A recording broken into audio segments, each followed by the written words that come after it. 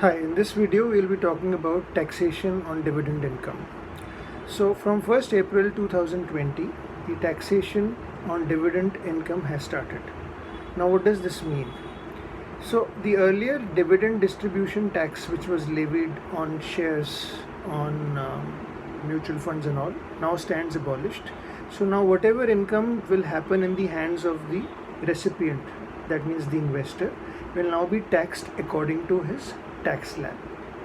So to understand this, firstly we need to understand that earlier what used to happen, when we used to receive dividend income in our hands, there was no tax which we had to pay.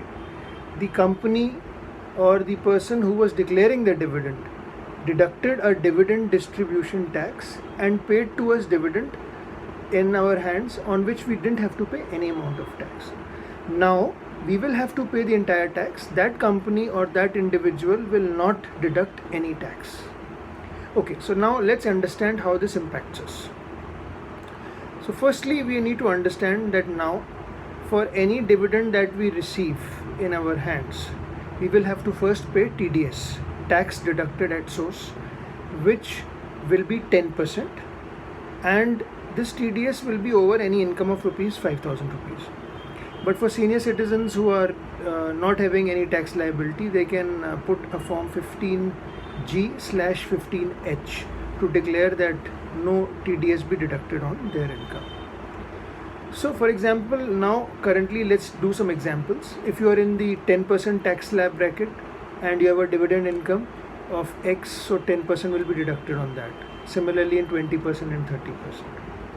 One important thing, that earlier in shares, up to 10 lakh rupees, the dividend income was exempt.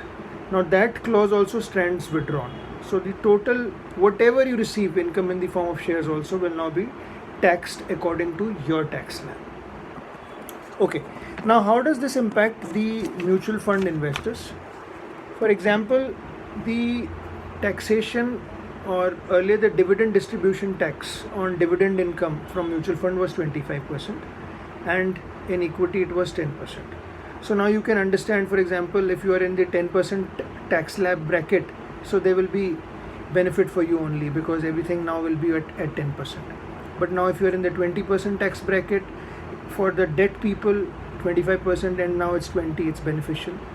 But the 10% DDT now would actually mean in the current scenario 20% dividend which the investor has to pay. And for 30% tax bracket, it's a complete disadvantage.